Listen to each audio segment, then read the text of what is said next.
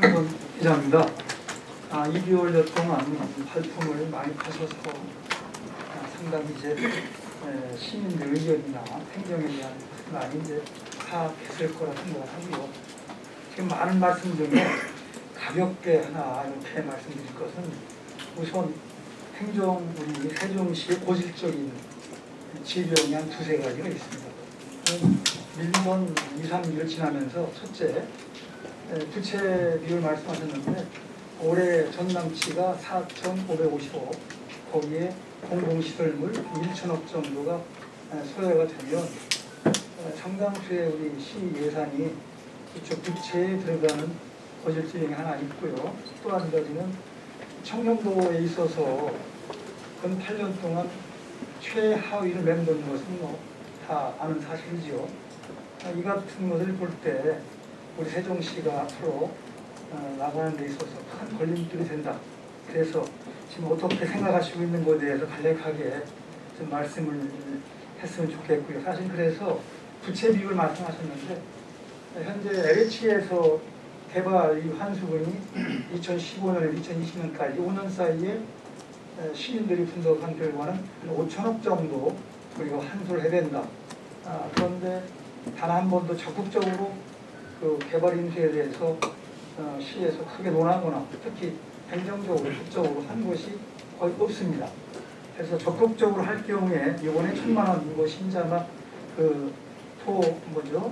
중토위에서 결정을 내렸는데 할 수 있는 것을 왜 안 했는지 궁금해요. 그래서 이 두 가지에 대해서 가볍게 이렇게 답변 좀 부탁드리겠습니다. 가벼운 질문이 아니신데 네. 무거운 질문이지만 걸맞게 말씀을 드리겠습니다. 우선 부채액이 정확하게는 3,900억인데 금년까지 하면 4,500억이라는 걸 받아들이고, 그런데 부채를 우리가 할 때 부채를 얻었을 때 이자율이 기관에 따라서 다릅니다. 그러니까 그거는 어느 은행에서 했느냐, 또 어느 기관에서 했느냐, 국민들한테서 했느냐는 걸로 이자율이 다 다른데, 제가 이번 추경 300억을 세워서 부채를 갚아라라는 거죠. 농협으로부터 최근에 채무를 발생시켰더라고요. 300억. 근데 농협에서 변동금리이기 때문에 그 당시는 그렇지 않았지만 금리가 올라오다 보니 지금 그 부채 비율이 이자가 3.8%까지 올라가는 거예요. 그러다 보니까 300억이라고 하지만 3.8%의 이자 부담률이 거의 연간 40억이 넘더라고요. 그래서 이것은 우선 갖는 게 중요하다. 그래서 좀 추경에서 300억으로 우선 급한 이자율이 높은 농협으로부터 얻은 채무를 상환하는 걸로 썼고요. 2천억이라는 말이 무슨 말씀이신지는 모르겠지만 아마 시청 별관 짓는데 절약했던 그걸 말씀하시는 건가요? 1천억은 무엇이요? 공공시설물에 대해서 1년간 그 보수 유지하는 데 있어서 한 1,000억 정도. 그 우리가 그 시청 청사 매년 꼭 필수 과목이죠. 그래서 2030년에는 2,500억 정도의 유지가 됩니다. 그거는 공공시설 유지비용이 뭐냐면 전남시죠. 그 행복청으로부터 건물이 완공이 되면 그 관리 유지를 시로 이관하게 됩니다. 이관하게 되면 그 관리 유지비가 필요하게 되는데 연간 2025년이 되면 한 2,500억 가량 되는 게 틀림없습니다. 맞는 것이고, 근데 이것은 어떤 재원을 국가에서 별도로 마련해 주지를 않아서 문제다라고 해서 균특회계라고 있습니다. 균특회계 내에서 세종시 개정에 바로 정부에서 세종시가 앞으로 안게 될 그 공공시설 관리 유지비를 보존할 수 있는 재원을 마련해 달라라고 이번 제가 기재부하고 협의할 때 이게 가장 큰 중점 사항으로 협의를 했어요. 그래서 지금 그러기 위해서는 제도를 좀 바꿔야 되는 문제가 있습니다. 세종시 개정을 집어넣어줘야 되는, 그러니까 예산으로 그냥 돈 주는 게 아니고 그 틀을 만들어서 거기에 예산을 거기에 집어넣는 그런 제도의 틀을 만드는 부분이 있어서 그걸 추진하고 있어서 내년 상반기에는 기재부하고 그 세종 개정을 만드는 부분을 지금 노력하고 있는데, 기재부에서도 일단 그런 우리들의 요구를 일리가 있다, 긍정적으로 받아들이고 있다는 말씀을 드립니다. 그리고 LH의 5천억은요, 그거는 그렇지 않습니다. 이 부분은 개발 이 판수를 우리가 시가 줄기차게 주장해 왔고, 우리만 그런 게 아니라 다른 자치단체에서도 이런 걸 주장을 해서 소송이 걸려 있습니다. 그래서 지금 우리하고 시하고 LH하고 이제 소송이 걸렸는데 아직 소송 결과가 안 나왔어요. 그 소송 결과에 따라서 그것이 뭐 5천억이 됐든 중간에 이제 이거는 이제 이치가 이렇게 돼 있습니다. LH는 영리기관이 아니기 때문에 자기들이 개발을 해서 나온 개발 이익이나 남는 것들이 있습니다. 돌려줘야 됩니다. 다 돌려줬을 때 그 사업이 완료될 시점에서 해줘야 되는 것인데 2030년도에 그런 것을 정산을 해서 남는 것은 뭐 지역한테 돌려준다는 건데 LH의 주장은 2030년이 안 됐기 때문에 아직 정산을 못했다. 뭐 이런 주장이고 우리는 구분별로 사업별로 구분시켜서 구분별로 정산을 해도 되는 거 아니냐. 그렇다면 이제까지 어떤 사업에 따라서 몇 년도에 얼마가 났는지 그 자료를 달라. 그 자료에 따라서 구간별로 개발이익을 환수하는 방법도 그것도 국가에서 좀 인정해 달라라고 주장하는 건데 다른 자치단체에서 이렇게 주장한 게 일부 인용된 바도 있지만 그러나 그것이 세종시에서도 똑같이 적용될 수 있는 사안이라고는 법원이 판단할 문제입니다. 그래서 이건 소송에 걸려 있는 거지 우리가 가만히 있었다 주장하지 않았다. 그것은 그렇지 않다라는 말씀을 분명히 드립니다. 우리는 지금 소송에서 우리가 이기기 위해서 굉장히 법적인 그런 논리나 이런 것을 지금 법원에 제공하고 있고 노력하고 있다라는 말씀을.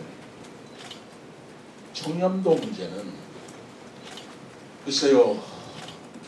저는 전시장 뭐 탓하는 건 아닙니다만 그 당시에 세종시가 뭐 시의회 의원 그런 여러 가지 있었고 내부 청렴도에서도 공무원들이 여러 가지 조사 과정에서 청렴도가 하위에 이렇게 기록됐다는 보고를 받고 알고 있습니다.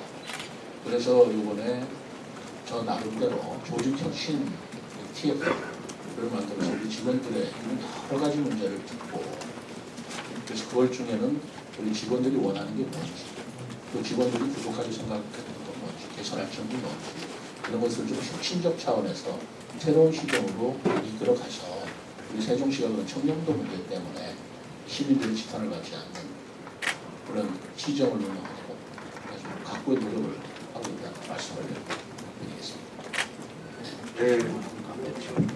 예, 내일부 김재환입니다. 조금 무거운 그 답변을 하시느라 고생 많으셨습니다. 가볍게 한 말씀 드리겠습니다. 그 미래전략수도 관련해서 지난 2일 4층 그 중정실에서 우리 이준배 경제부 시장이 참여해서 한 행사가 하나 있습니다. 그 상상토론이라고 해서 미래전략 기획과에서 주최해갖고 한 것인데요. 여기에서 우리가 이제 브레인스토밍 방식으로 해서 어떤 의견을 제안을 받고 그것을 갖다가 이제 이렇게 기획해서 시정에 이제 이렇게 뭐라 그러죠? 시정에 이제 그 반영을 한다. 이제 이렇게 생각을 하고 있는데 여기에서 그 대외 협력팀의 그 이정목 주무관이 그 카카오 프렌즈 테마파크를 이쪽으로다가 설치하는 방안을 거기서 내놨어요. 이런 방안에 대해서 참 좋은 그 차원이라고 생각합니다. 근데 공무원을 상대로만 할 것이 아니고 시 전반에 걸쳐서 청장년들에게 의견을 받는 그런 프로그램은 어떤지요? 그런 반짝반짝하는 새로운 아이디어가 지금 직원들한테서 굉장히 많이 나오고 있습니다. 말씀드린 상상 이상 토론회라고 해서 직원들 자체 토론하는데 이것뿐만이 아니고 저는 내년도 신규 시책을 하는 데 있어서 창조와 도전이라는 그 어떤 정신에 입각한다고 그럴까요? 그래서 직원들의 새로운 신규 시책에 대한 아이디어를 경진대회를 하려고 합니다. 배틀을 하는 거죠. 그래서 직원들로 하여금 거기는 제가 뭐 우리 시국장들이 있지만 계급장 띄고 얘기해라. 계급장을 직급을 앞세우면 상관이 얘기하면 따라야 되는 건데 그렇게 하지 말고 원탁회의 같이 직원들의 잠재력과 직원들의 상상력, 창조라는 건 상상력 아니겠습니까? 그걸 충분히 끌어내서 어떤 시책이 정말 좋은 창의력 있는 시책인가를 경진대회를 벌여서 거기서 말하자면 우수한 평가를 받으면 확실한 인센티브를 주겠다 이렇게 약속을 했고요. 경진대회를 지금 10월 초에 하려고 합니다. 그때 우리 민간인들도 많이 참여시키고 그분들이 좀 평가를 해서 새로운 시책이 발굴이 되면 지금 그러한 것도 이제 그런 것들의 일환이거든요. 굵직굵직한 국책 사업 정도의 어떤 아이디어가 나올 수 있습니다. 제가 사실 기대가 좀 하고 있습니다. 그런 아이디어를 이제 아이디어 차원에서 그것을 다시 시책화하려면 예산 규모라든가 법적 규모라든가 법적 내용이라든가 좀 따져봐야 되지 않겠어요? 그런 과정을 거쳐서 내년도 사업의 신규 사업으로 과감하게 그 직원의 이름을 걸어서 시행을 해가지고 저는 굉장히 그 우리 직원들의 능력을 여러 번 말씀드립니다만 잠재 능력을 높이 평가하고 있어요. 시책에도 신명도 하면 어떠냐라는 생각을 하고 있습니다. 이 시책은 아무개 거다. 뭐 이렇게 우리 내부적이라도 그 직원들의 면회를 높여주고 하는 그런 생각들을 감사합니다. 또 다른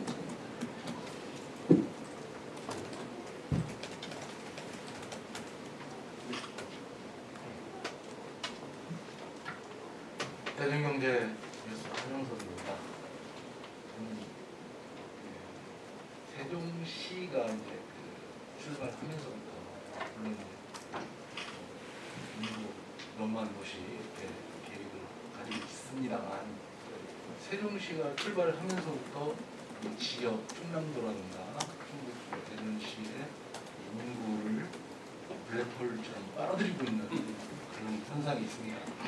근데 지금 물론 아직은 뭐 부족한 상황이지만 앞으로 또 세종시가 지금 말씀하신 대로 행정 수도를 발전을 하게 되면 또 다른 서울 지역과 같은 수도권이 되지 않을까 그런 걱정도 됩니다. 그래서 지역과 주변 다른 공역 단체들과 이렇게 함께 상생할 수 있는 어떤 그런 전략이 필요하다고 봅니다. 그런 쪽에서 시장님께서는 어떻게 보고 계십니까? 정말 좋은 질문 해주셨습니다. 세종시만 발전시키면 지역 균형 발전이라는 차원에서 볼 때 물론 수도권의 인구가 이 지역으로 많이 오면 얼마나 바람직하겠습니까? 이제까지는 사실 그러지를 못했습니다. 우리가 지금 인구 38만, 39만을 보고 있지만 수도권 인구가 39만이 온 게 아니잖아요. 수도권 인구는 더 늘고 있습니다. 그렇다면 수도권 인구를 세종시를 통해서 분산시키겠다는 그때 목표는 아직까지는 크게 달성하지 못했어요. 저는 솔직히 얘기해서 왜 그게 이루어지지 않았을까 생각할 때 정부 부처가 있기 때문에 사람들이 온다 이렇게 단순하게 생각할 일이 아니라고 생각합니다. 사람들이 어느 지역에 이주해 살 적에는 그 이주해서 살만한 그 도시의 삶을 종합적으로 보고 옮기는 거죠. 교육 문제, 병원 문제, 안전 문제, 직장 문제. 단지 직장이 왔다고 해서 다 이사 올 것이다. 그거는 너무 낙관적인 생각이고요. 세종시가 진실로 수도권의 인구를 이쪽으로 이전시키기 위해서는 서울보다 세종시가 더 살기 좋다라는 느낌이 전달이 돼야 됩니다. 소위 말해서 세종시의 내실이만큼 단단해져야 된다고 생각합니다. 저는 공안 얘기 같고 좀 거창한 얘기 같지만 제가 시장으로서 우리 인구 40만밖에 안 되는 시장이지만 저의 라이벌 단체장이 있다면 서울시장이라고 제가 여러 번 얘기를 했습니다. 그거는 괜히 이렇게 뭐 대든다는 그런 기분이 아니고 맞지 않습니까? 서울시의 인구가 세종시로 이전을 해야 이 세종시에 어마어마한 돈을 8조 5천억이라는 국가 예산을 들여서 만든 목적이 달성될 수 있는 건데 그렇다면 저는 서울에 사시는 것보다 세종시에 사시는 게 더 좋습니다라는 도시를 만드는 것이 이 세종시를 만든 근본적인 목적이라고 생각하고 있어요. 그래서 저의 라이벌 시장은 뭐 대전이다 충남이다가 아니라 건방진 얘기일지 모르지만 서울시장입니다. 서울시장하고 도시의 경쟁력 갖고 경쟁을 해보자는 것입니다. 그래서 여기가 기업하기가 좋다면 수도권에 이제 많이 규제를 받지만 기업도 유치하고 학교도 유치하고 함으로써 그 세종시의 경쟁력이 높아지고요. 그러면서 그것이 미래 전략 수도고 그것이 나아가서 진짜 우리 시민들이 원하는 행정수도 완성까지 이루어지는 길이다. 저는 그렇게 생각하고 있는데 지금 서울에서 오는 게 아니라 대전이나 공주에서 청주에서 이렇게 인구가 오기 때문에 오히려 우리 충청권 이후의 왜곡을 우리 세종시가 일으키고 있다는 것도 사실입니다. 근데 그건 어쩌겠습니까? 그렇다고 오지 말라고 할 수도 없는 거고 그분들이 여기 오시는 것은 세종시가 스스로 살고 있는 것보다 뭔가 좀 희망적이고 메리트가 있기 때문에 오시는 거 아니겠어요? 그렇다면 저는 이 대목에서 우리가 깊게 생각할 때 충청권은 충청권으로서 뭉쳐야 하고 충청권으로서의 광역행정이 이루어져야 된다고 생각하고 그게 메가시티입니다. 그게 광역행정협의체가 출발한 목적입니다. 그렇다면 우리 대전, 세종, 충남, 충북 4개 시도지사가 지난번에도 광역행정협의회에서 내년도에 특별자치단체를 만드는 걸 합의를 봤습니다. 특별자치단체를 만든다는 것은 각 시도에 단체장이 있고 그리고 의회가 있습니다만 그 단체장과 의회는 보통자치단체라고 얘기합니다. 그러나 지방자치법의 특별자치단체라고 하는 것은 그 위에 광역의 4개 시도를 대표하는 단체장을 뽑고 그리고 4개 시도의 의회가 다시 참여하는 광역의회를 두어서 거기서 광역적 문제를 논의하고 해결한다는 그런 발상이거든요. 그것이 광역특별자치단체의 내용입니다. 이제 그것을 실현해 나가면서 나중에는 뭘 어떻게 될지 모르죠. 뭐 4개 시도가 옛날 충청도로 다시 뭉치게 될지. 어쨌든 행정적 차원에서 쪼개진 행정을 하지 말고 통합된 행정을 하면서 효율성과 그리고 경제성을 높이자는 게 우리 특별자치단체고 메가시티의 근본적인 목적이죠. 이제 그런 것들이 이제부터는 좀 본격적으로 나가야 할 시점이다 라고 생각합니다. 네, 김문승 기자님. 예, 그냥 육성으로 질문하겠습니다. 저기 SKB 세종방송의 김은순 기자인데요. 네. 부동산 규제 관련해서 한번 여쭤보도록 할게요. 오늘도 뭐 국토부 장관 만나서 그 3종 규제를 해제를 요청하겠다라고 말씀을 하셨는데, 사실 뭐 세종시의 가장 핵심이 지금 청약 경쟁률이 이제 5대 1을 넘다 보니까 이제 해제가 안 되는 계속적으로 이제 거기에 막혀 있는 상황인 것 같거든요. 약간 해제를 위한 좀 논리 개발을 좀 적극적으로 좀 해서 이렇게 국토부 장관이나 뭐 국토부라든가 행복청에 이제 좀 건의를 할 필요가 있을 것 같은데 앞으로 좀 어떤 방향으로 지금 계속 접근을 하고 계시고 언제쯤 해제가 될 수 있을 것으로 보시는지 하나 좀 질문드리고 또 하나는 그 이제 특공 그 이전 기관 종사자들을 대상으로 한 특공이 이제 전부 다 그 폐지가 되면서 앞으로 공공기관 유치나 기업 유치에 더 애로가 있을 거다라는 그 지적이 이제 계속 지난해부터 이제 나오고 있는데 요거를 좀 시장님께서는 어떤 방안으로 보관으로 좀 풀어나갈 계획이신지 좀 말씀 좀 부탁드리겠습니다. 네. 우선 3중 규제 문제는 다른 정량적 요소는 전부 다 규제 완화의 기준을 충족을 했습니다. 딱 한 가지를 충족을 못한 건데 바로 그게 주택 청약 경쟁률입니다. 근데 주택 청약 경쟁률이 5대1 이하여야 이 3중 규제를 완화할 수 있다는 그 국토부의 기준이 있습니다만 우리는 5대1이 훨씬 넘어요. 근데 5대1이 넘을 수밖에 없는 것은 뭐 다 아시겠습니까? 전국 단위로 경쟁을 하니 5대1 뭐 넘을 수밖에 더 있지 않겠습니까? 그래서 제가 얘기하는 건 두 가지 초점이에요. 오늘도 그렇게 얘기를 할 겁니다. 우선 전국 단위 청약을 허용하는 이상은 우리는 그럼 영원히 3중 규제에서 완화될 수가 없는 거 아니냐. 이거는 무슨 말이냐. 그렇게 되면 우리 세종시가요. 지금 주택 보유율이 47.5%입니다. 다른 도시에 비해서 무주택 비율이 전국 광역자치단체로 보면은 2위 정도로 높아요. 그렇다면 우리 시민들의 불편도 우리가 해소해야 될 일이고 그렇기 때문에 그 주택 청약 비율을 세종 시민인데 지금 현재 60%지만 상향 조정을 해달라.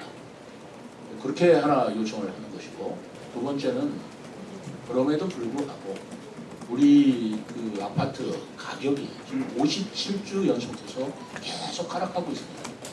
이렇게 하락세가 된다면 이건 투기를 방지하는, 말하자면 아파트 가격 계속 올라간다면 투기를 방지하기 위해서 이런 규제가 납득이 되는 것이지만, 값이 떨어지고 있는 마당에서도 투기를 이 지역에 뭐 포함시켜서 거래를 못하게 한다면 계속 값은 더 떨어질 텐데, 그럼 우리 시민들한테 무슨 경제적인 손실을 끼쳐야지 됩니까? 그 두 가지 논리를 다시 한번 이제까지 그래 왔습니다만 작년까지 거듭을 합니다. 국토부에서는 세종시를 다른 자치단체와는 좀 다르게 좀 보고 있는 것 같아요. 소위 말하면 제2 행정수로이기 때문에 수도권과 비슷한 개념으로 또 세종시를 보고 있는 고민이 있는 것 같습니다. 지금 비수도권주의 중에서 수도권과, 그러니까 투기 과열 지역은 수도권하고 세종시만 지금 고민이 되고 있습니다. 말하자면 세종시를 수도로 보고 있다는 생각이 있습니다. 우리가 이 세종시는 제2행정수도다, 제2수도다 이렇게 얘기하는 그 시각을 국토부 차원에서 적용을 한다면, 그렇기 때문에 투기과열 지역이 아직도 좀 풀기에는 위험하다, 뭐 이런 생각을 가지고 있는 것 같은데, 어쨌든 이 문제가 좀 난제이긴 합니다. 그러나 저는 시장입니다. 시장으로서는 시민의 이익을 주장하는 것이고, 또 국토부 장관은 또 전국적인 국민을 대상으로 하는 입장이 다르기 때문에 충분히 지금 만나서 얘기를 하고 설득하고 하고 있습니다. 이만 기자님. 예, 스탠스 24 이희택 기자입니다. 살짝 무거운 주제 하나랑 가벼운 주제 하나 곁들여서 이렇게 말씀드리겠습니다. 일단 첫 번째는 시장님이 너무 잘 아시는 문제지만, 이제 세종시 출범 10년 차를 맞아서 이제 단층제 구조에 대한 재진단이라든가 대응 필요성이 부각되고 있고, 시에서도 이제 대응 방안을 찾고 있는 것으로 알고 있는데요. 아무튼 그런 부분들 때문에 공직자들 사이에서는 17개 시도 중 업무 부하가 세종시가 가장 많이 걸리고 있다, 이런 얘기들을 계속 좀 하고 있는데, 시장님은 어떻게 보시는지에 대한 부분도 좀 궁금하고, 그 과정에서 이제 최근 직원들에 대한 안타까운 사망 사고들도 있었고, 그 부분이 좀 단층제의 업무 부하에 일부 영향이 있었던 건 아니냐라는 그런 분석도 좀 있는데요. 그것과 맞물려 가지고 보통교부세가 또 단층제로서 누락된 수년간 누락된 부분들, 재정 특례 기간 연장이라든지 이런 부분에서 이제 TF팀 구축을 해가지고 대응을 해나가실 것으로 알고 있는데, 이에 대한 큰 틀의 방향성은 어떻게 갖고 계신지에 대한 질문 하나랑요. 두 번째는 시장님이 좀 관심이 많은 문화 분야에 대한 질문인데요.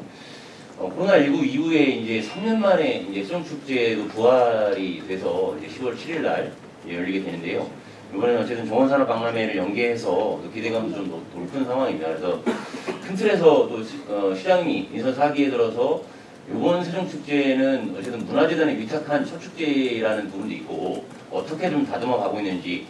거기서 조금 아쉬운 부분은 2년 가까이 그 미디어 아트라든가 차 없는 거리, 음악 분수까지 갖추고 있는 도시 상징 광장에서 당초에는 이제 책과 맥주를 결합한 국내 축제가 구상이 되어 있었는데, 인선 4기 들어서 그게 또 갑자기 취소가 되었습니다. 그래서 좀 여기 이 공간을 한번 실험해보는, 축제 기간 실험해보는 그런 의미도 있는데, 이게 좀 취소된 부분도 아쉽고, 그래서 그런 부분에서 이번 축제는 좀 어떻게 좀 보고 계신지 두 가지 질문 드리겠습니다. 예, 감사합니다. 단층제는 무거운 질문이네요. 그 질문 속에 답이 다 있네요. 이렇게 해야 됩니다. 아마 이제 직원들이 단층제이기 때문에 업무 부가가 많은 것이다라고 생각할 수도 있지만, 사실은 우리가 이 단층제로서 기초 업무와 강력 업무를 동시에 보기 때문에 정원이 다른 단체보다 더 많이 책정이 되어 있습니다. 그러니까 우리는 광역과 기초를 같이 본다라는 그런 업무량에 따라서 우리 공무원 정원이 비례해서 책정이 되어 있고요. 거기에 따른 인건비라든가 보통교부세도 배정이 되어 있습니다. 그러니까 물론 부족한 점이 있는지는 모르겠지만, 우리가 단층제이기 때문에 단층제의 이 공무원 수로 두 가지를 다 한다, 이렇게 생각하시는 것은 저는 맞지 않다. 거기에 대한 배려나 이미 증언이 되어 있다라는 말씀을 드립니다. 그러나 또 동시에 그렇기 때문에 업무 부장이 많지 않느냐라는 말씀도 하시는데, 이게 단층제 문제라기보다는 인사 운영상에서 제가 어찌할 수 없는 부분이 좀 있는 게 있더라고요. 그게 하나 뭐냐면 휴직제도입니다. 지금 출산이다, 육아다, 또는 가사 돌봄이다, 뭐 여러 가지 질병이다라는 휴직이 지난 정부 들어서 굉장히 완화가 됐어요. 소위 워라벨, 그 말하는 일과 직장의 그런 균형이라는 차원에서 굉장히 완화가 된 건 사실인데 이 휴직이 되면 그 휴직한 자리의 일을 누군가는 해야 되지 않습니까? 그렇다면은 휴직이 되면 거기에 결혼이 즉각 따라줘야 되는데 이 결혼이 즉각 따라주기가 제도적으로 굉장히 어렵다는 것입니다. 예를 들어서 통계로 말하면 금년도 제가 취임 이게 2개월 됐습니다만 3개월 기준으로 우리 휴직자가 42명입니다. 한 달에 10명 이상씩 휴직을 한다고 생각하실 때 참상을 해보십시오. 1년에 지금 작년 한 해 휴직자가 110명이 넘었습니다. 그렇다면 그 휴직이 어차피 나중에 돌아올 분이기 때문에 그 결혼 자리를 우리가 보충하기 위해서는 공무원들을 채용을 해줘야 돼요. 근데 채용을 나중에 돌아올 분 생각하면은 그분들이 없는 인원을 정원으로 받아서 채용하기가 어렵지 않습니다. 그러나 그 채용 시기도 딱 한 번이기 때문에 연말이나 돼야 채용이 됩니다. 그러면 연초에 휴직한 그 부분에 대한 결혼에 대한 부담은 남아있는 직원이 질 수밖에 없더라고요. 그 다음에 그거를 보충하기 위해서 한시근무 계약직이라는 공무원 제도가 있습니다. 그것은 1년 반을 상한으로 해서 그런 제 임시적으로 투입하는 공무원인데 사실 전문성도 떨어질 수밖에 없는 입장이기도 하지만 떠나서 공모가 안 돼요. 내가 보고 바뀌거나 저희들도 즉각 보충을 해야 된다는 걸 왜 모르겠습니까? 즉각 하려고 한시 기간 계약직 공무원을 15명을 응모를 했더니 막상 거기에 응한 공무원들이 불과 3명? 그러니 뭐 즉각 보충한다는 그걸 어떻게 강제로 할 수가 없고. 근데 이게 우리 시만 아니라 전국적으로도 이게 굉장히 반영된 그런 현상이기 때문에 휴직하시는 육아휴직이나 출산휴직이나 질병휴직이나 가사돌봄휴직이나 그것을 우리가 하지 말라고 막을 수는 없죠. 그분들이 휴직함으로써 결연이 됨으로써 그 일을 대신해야 되는 남아있는 직원들에 대한 배려, 답변이 필요하다.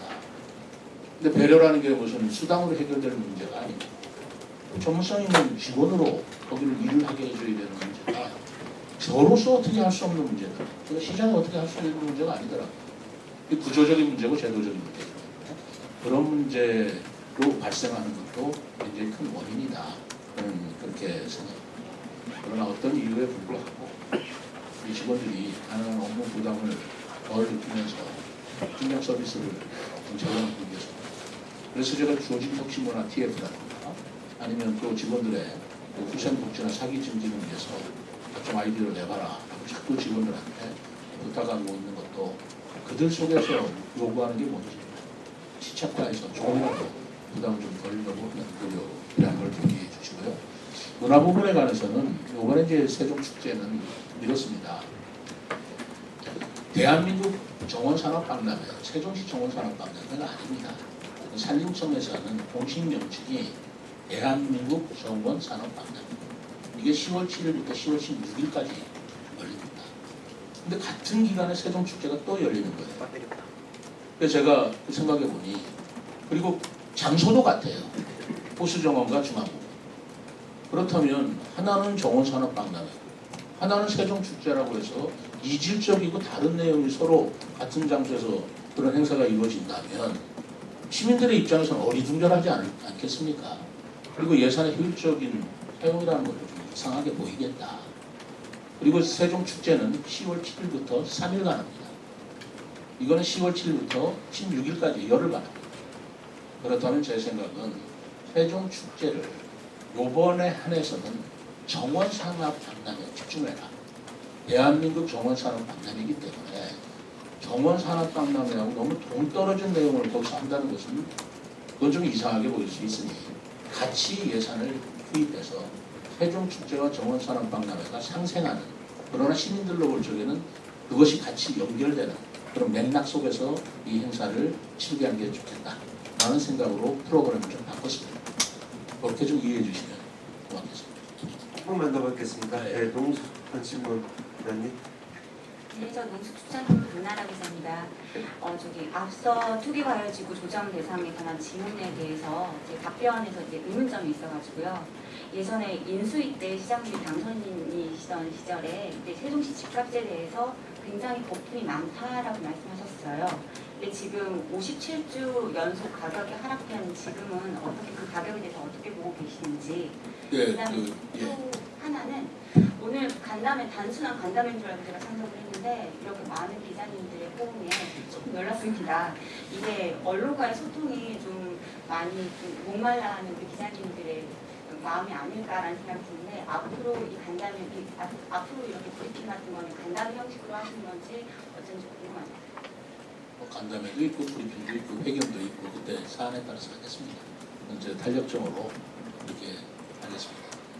그리고 제가 그때 뭐 집값이 낮다. 그것은 그 말이 꼭 그래요. 그 말 한 토막을 잘라서 보면 그렇게 답변한 걸로 언론이 보도해 제가 굉장히 속상했습니다. 근데 늘 우리 언론인 여러분들께 간절히 부탁드리고 싶은 말이 있습니다. 산을 보시되 나무만 보고 산을 평가하지 않아주셨으면 좋겠습니다. 저는 지금 산을 말하고 있는 거예요. 산에는 대나무도 있고 잣나무도 있고 솔나무도 있고 수많은 나무가 있는데 그 중에 나무 하나가 시들었다 해서 산 전체가 시들었다 이렇게 얘기할 수는 없듯이 제 말 속에 어떤 나무를 갖고 얘기한 것을 산을 갖고 얘기한 걸로 그렇게 확대해서 말씀해 주시면 저는 참 속상합니다. 근데 그 뜻은 그게 아닌데 저는 아까 그때 제가 좀 생각이 나는 것은 우리 세종시 주민들의 아직까지도 47.5%의 무주택자 이분들의 고통을 우리가 얘기했던 겁니다.